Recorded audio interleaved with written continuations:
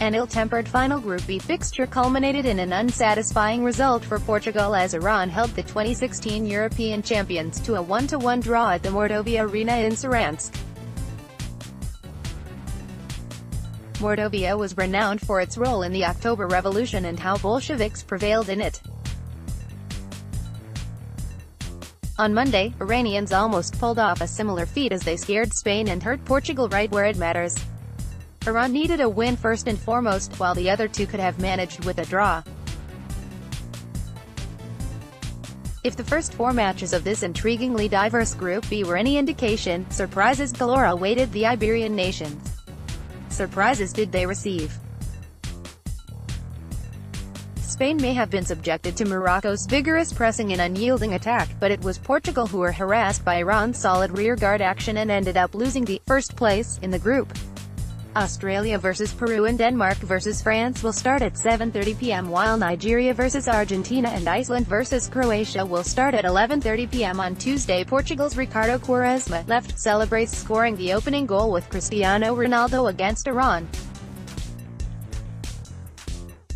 AFP. The evening began quietly for both Portugal and Iran as they tested the waters with patient build-ups from the center of the park, neither succeeding in particular. Iran were focused on denying Portugal space in their defensive third but did not have meaningful contributions going forward. Portugal, as they have showcased through the entire group stage, once again struggled on the creative front. For a team boasting of the likes of Cristiano Ronaldo, Andre Silva, João Moutinho and Bernardo Silva in their ranks, all accomplished scorers and creators of goal, Portugal simply do not create enough clear-cut goal-scoring chances.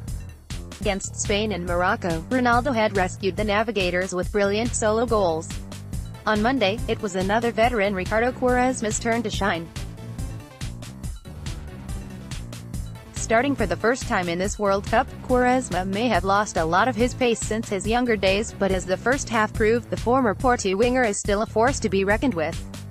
He created Portugal's first and only goal of the night with a stunning shot from the outside of his right boot, burying it into the top corner and deflating Iran's hopes in the process. The first half was a demonstration of old-school charm of the beautiful game. The ugly side of modernization of football reared its head in the second half. VAR has offered certain contentious decisions in the last 10 days in Russia, none more so than it did at Saransk on Monday. The video assistant referee was involved in Portugal winning a penalty right after restart of play, but Ronaldo's timid strike meant Iranians were still in the game. Soon after, Ronaldo was involved in another decision from the VAR as the Portugal skipper went into the referee's books for elbowing Iran's Morteza Paralagamji in the face. You stop the game for VAR, there is an elbow. Elbow is a red card in the rules. The rules don't say if it's Lionel Messi or Ronaldo. We don't know if it was the referee or the guys upstairs who decided. This game belongs to the people, not to a couple of guys behind the scenes. Iran's manager Carlos Queiroz, Portuguese by birth, was livid after the game about the leniency of the caution though. My suggestion, Mr. Infantino, they have to put up their hand and say, sorry, VAR is not working so we have to stop it, or the communication must be clear like rugby, when everybody knows what is going on, he added, clearly voicing his dissatisfaction. It wasn't the final involvement of VAR in the game though. With its next decision, the technological advancement and its interpretation of football laws by the match officials potentially changed the course of the entire World Cup, mostly for Portugal.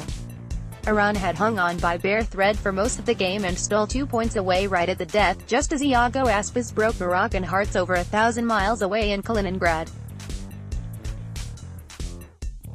Karim Ansari Fard converted the controversial penalty with panache. The penalty decision, an absolutely ludicrous one for Osman, headed the ball onto Cedric Soares' arm, with no involvement at all from the Portuguese fullback. The goal suddenly swung the momentum in Iran's favor and the Asian powerhouse almost secured a win with one of the last kicks of the ball, only for Taremi to shoot wide. I'd have to watch it again to talk about it, but I think the VAR did its job and that's what we have to accept. Fernando Santos wasn't too concerned about the result, reasserting that his belief in the ability of his players counts the most.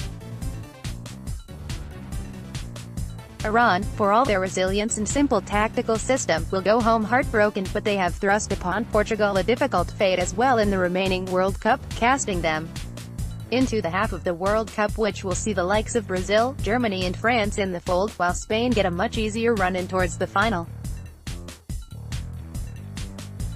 Portugal will now travel to Sochi to face Uruguay in the round of 16, but they must quickly get over the disappointment of Mordovia, especially Ronaldo, who sported a gloomy look after the game. For the Seleções dos Canas need their captain to fire all cylinders should they wish to successfully traverse this difficult journey. Click here for full coverage of FIFA World Cup 2018. Click here to view the full schedule of FIFA World Cup 2018. Click here to view the points table of FIFA World Cup 2018. Updated date, June 26, 2018, 1:44 p.m.